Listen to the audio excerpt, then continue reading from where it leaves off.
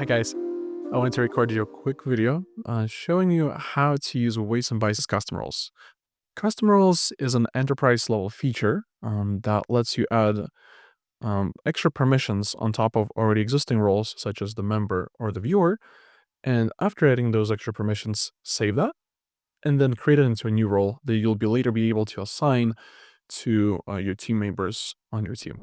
In order to access your role settings, you'll go ahead in the top right corner, press settings under your account. It'll take you straight into general, where here you'll be able to click into roles and you can edit your roles from here. If you are on dedicated deployment of weights and biases, you can access it by going into organization dashboard, then settings, and then your roles would be here. Perfect. So let's go ahead and create a new role. Press create new role. We'll give it a role name called run the leader. Beautiful. Description is member that can delete runs. Awesome. So as I mentioned before, you are able to inherit either from the viewer permissions or the member permissions of the role. In this case, I'll mark it as a member. We'll inherit it from all the permissions from member.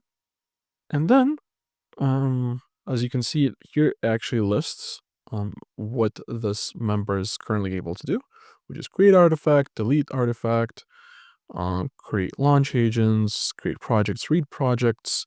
But as you can see, they cannot delete projects. And then for run permissions, they can create a run, move a run, read a run, but not delete a run.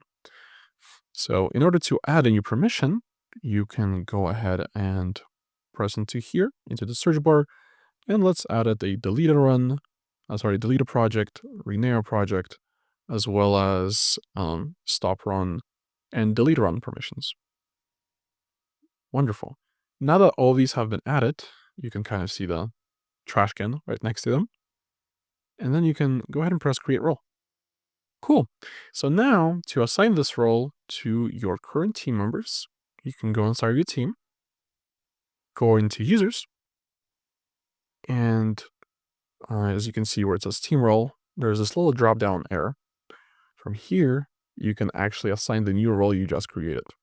See, run deleter, member that can delete runs. Awesome. And now I choose a run deleter. From here, let's look into how we can automate it using Weights and Biases API, so you don't have to do this manually and you can just use it using Python SDK. So then let's go into our docs, into Skim API. Wonderful. From here, you can see that you can use Skim API to manage users, groups, and roles. You can make calls to /skim/users/groups, but in our case, since we want to get a list of all roles, we'll make it to /roles. So in order to make your API call, you'll need an authentication instead of your header, right? In this case, your authentication is going to be just your username, column, password, and then base64 encoded, and then include basic in front of it when you put it inside of a header as authorization. But in this case, right, password is actually going to be our Weights and Biases API key. So let's go to 1db.ai. Let's go into, let's see, user settings. Scroll all the way down. Reveal your API keys, and let's make a new one, just for this demo. Another thing you'll need to do is go into Skim API organization, and that you'll need to change this if you're part of multiple organizations. And set your default organization. In this case, I'll just set it to RTM demos. Wonderful. So let's start. We will start with importing our requests because we'll be making a request. We'll also import base64. Awesome. And see, Cursor is already guessing what we'll be doing here. And it's pretty good at guessing. So we'll make a username, which is, well, we'll make a variable username called RTM because that is my username. We'll make an API key, variable API key, then we will go into our, user settings and copy this API key and paste it in here. Our credentials are going to be username that we just made, then column, and then the API key. Perfect. And then we'll also encode these credentials using the base 64 library up top. And we'll call b64 encode. We'll call the credentials that we just created above. We'll call encode in it, and then we'll decode the whole thing. Perfect. From here, let's create a header. Headers equals to authorization, just as we mentioned in the documentation. Authorization. Awesome. We'll make this an F string, basic, and then space, because that is the format they want from us right here. Authorization, basic, and then the encoded password and API key. Awesome. So basic, and we'll put encoded credentials in here. Wonderful. And it's already suggesting us. We'll make a response variable. I'll just agree to this.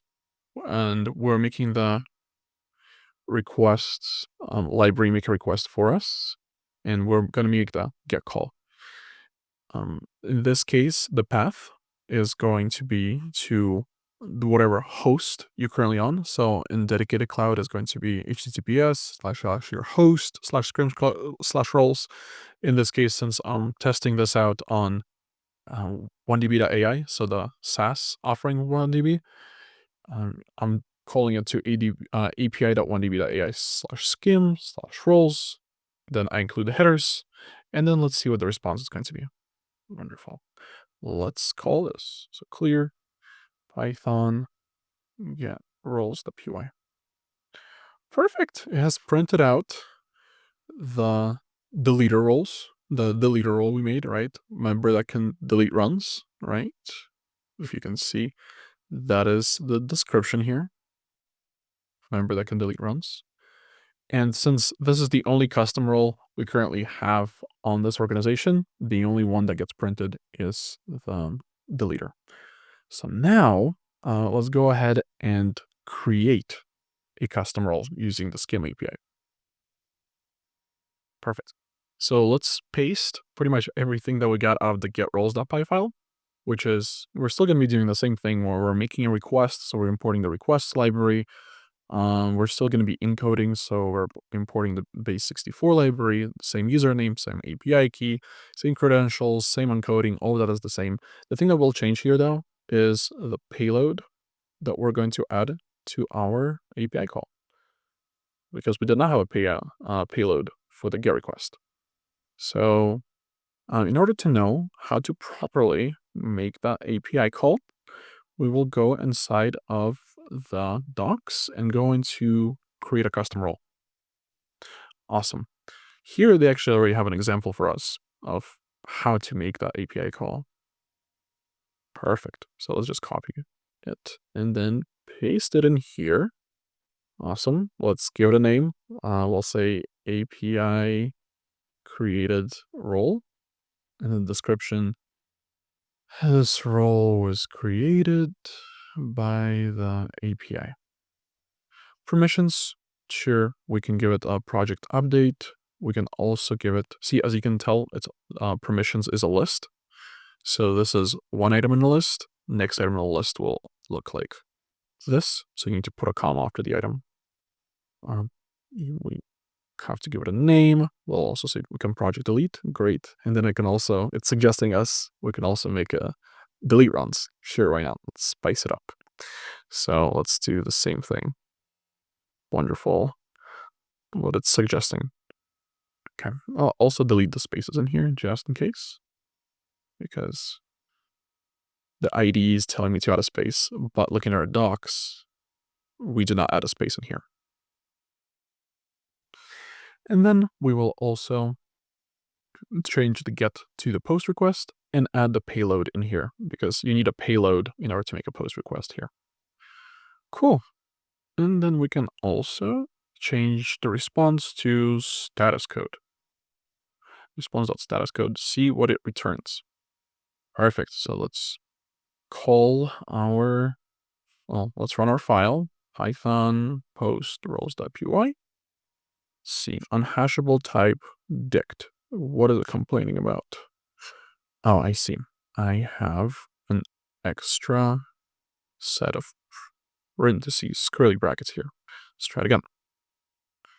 Awesome. So the response here is 201, which response example status 201 means it went through. That's awesome. So let's go back into our team, refresh weights and biases, and go into settings, and go into roles.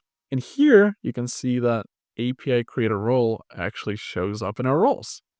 And if you go into teams, users, we can assign a use the API creator role as well. If you have any more questions, always feel free to write in support and let us know if there's anything else you want us to record.